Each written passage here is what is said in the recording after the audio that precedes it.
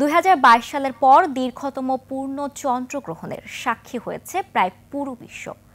প্রায় 82 মিনিট স্থায়ী ছিল এই চন্দ্রগ্রহণ। এ সময় পৃথিবীর ছায়া চাঁদের সপ্তাহ থেকে ফেলে। চেনা চাঁদ এ সময় ধীরে ধীরে রূপালী থেকে কালচে লাল রং ধারণ করে। জ্যোতির্বিজ্ঞানীদের ভাষায় একে বলা হয় ব্লাড মুন।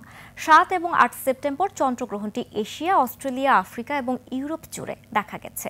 বিস্তারিত নাঈম আহমেদের ডেস্ক রিপোর্টে।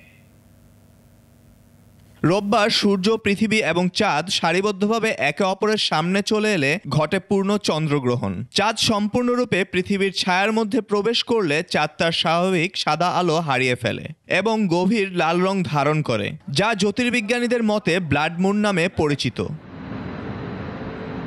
7 এবং 8 সেপ্টেম্বরের চন্দ্রগ্রহণটি এর ব্যাপক দৃশ্যমানতার জন্য বিশেষভাবে উল্লেখযোগ্য ছিল, যা এশিয়া, অস্ট্রেলিয়া, আফ্রিকা এবং ইউরোপ জুড়ে পর্যবেক্ষকদের জন্য একটি দর্শনীয় শো উপহার দিয়েছে।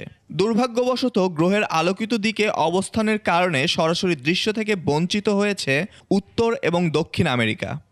خب کلاً پدیده‌های نجومی و علم نجوم خیلی برای همه آدم‌ها جالبه و 2022 সালের পর এটি দীর্ঘতম চন্দ্রগ্রহণ। ব্লাড মুন 82 মিনিট স্থায়ী ছিল। জ্যোতির্বিজ্ঞানের এই অপরূপ দৃশ্যের সাক্ষী হতে রাতে চীন, জাপান, অস্ট্রেলিয়া সহ বিভিন্ন দেশে ভিড় করে হাজারো মানুষ। I'm here with my friend and we came all the way to Jerusalem especially to see the eclipse. We're very excited and we're waiting for it. পূর্বে ইন্দোনেশিয়ার হিলা দ্বীপ থেকে শুরু করে পশ্চিমে কেনিয়ার মোম্বাসা বন্দর পর্যন্ত চন্দ্রগ্রহণটি পূর্ণাঙ্গভাবে দেখা গেছে। Blood moon is basically a lunar eclipse. Naeem Ahmed, desk report, 21 television.